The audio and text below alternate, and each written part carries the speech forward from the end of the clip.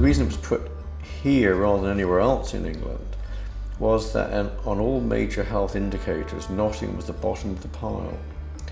And the reasoning went that if you put a university medical school in, then you will drive change or drive up standards. And of course, we've succeeded spectacularly. And that's something that I think as a medical school we should be enormously proud of, and easy to forget all these years on.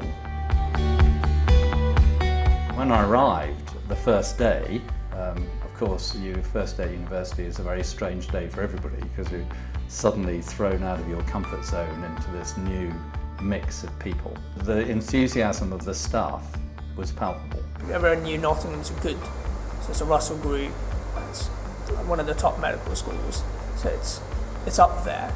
I picked it personally because they do a lot of outside activities in the university. It's so much fun, and the stuff you're learning is really interesting, and that's why you get into med school in the first place. You're interested in the subjects. That, and you do get the practical side as well. So you get your clinical skills, which is great fun, particularly in years 1 and 2. I'm interested in the education that our medical students get as well, and that's, I use a lot of examples from mental health care in my teaching. The curriculum has got to be relevant, it's got to be engaging, it's got to be challenging, because these are very, very bright people. This is about ensuring that there's succession, new generations of doctors are there, and that they're fit for the job. The caring end of research is something that is done very, very well here, and stroke rehabilitation is one of the big areas there.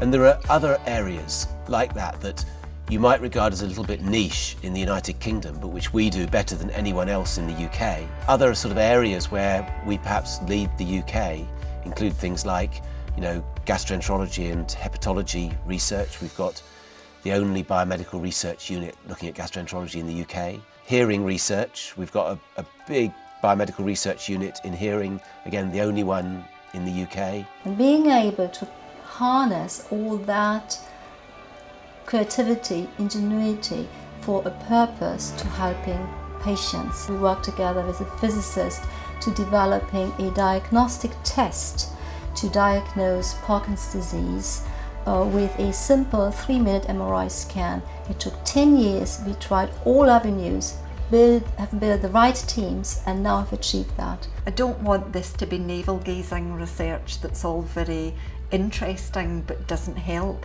I want it to help individuals who've had a stroke and to make their lives and their families' lives better as a consequence of the work that we do in Nottingham. I don't think you can deliver a quality piece of clinical research that addresses a question about patient treatment without actually involving the patients themselves in at least some parts of the process.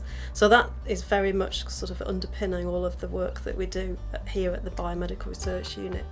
In the role, I've just been tremendously impressed with the research that's taking place across the school, and with some really impressive impact in terms of improving patient care and making a difference.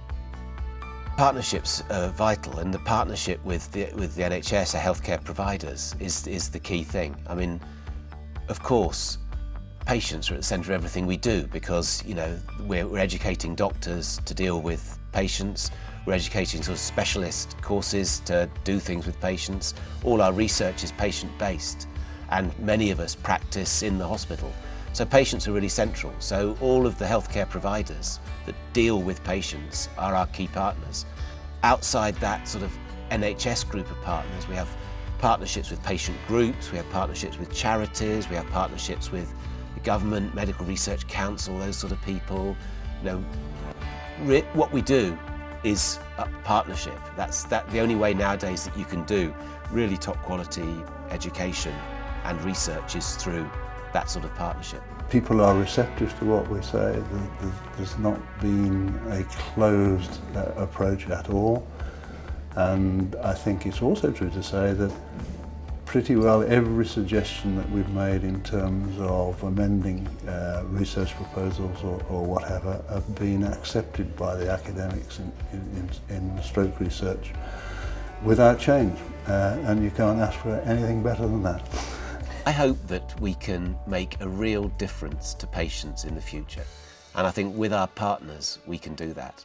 And I think we do it by turning out really top doctors, by training others who are really good at what they do, other professionals, by doing absolutely, internationally leading research so we can make a big difference to treatments and management and other things moving forward. And yeah, I think if we can achieve those things, I think I'll be proud. That'll be good.